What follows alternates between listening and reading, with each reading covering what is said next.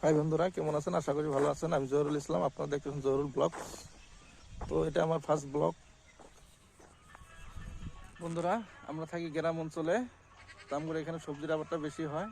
তো দেখতেই আছেন সবজি, বাঁধাকপি, ফুলকপি সব কিছুই হয়। আর আমগরে সবজির উপরে জীবনযাপন।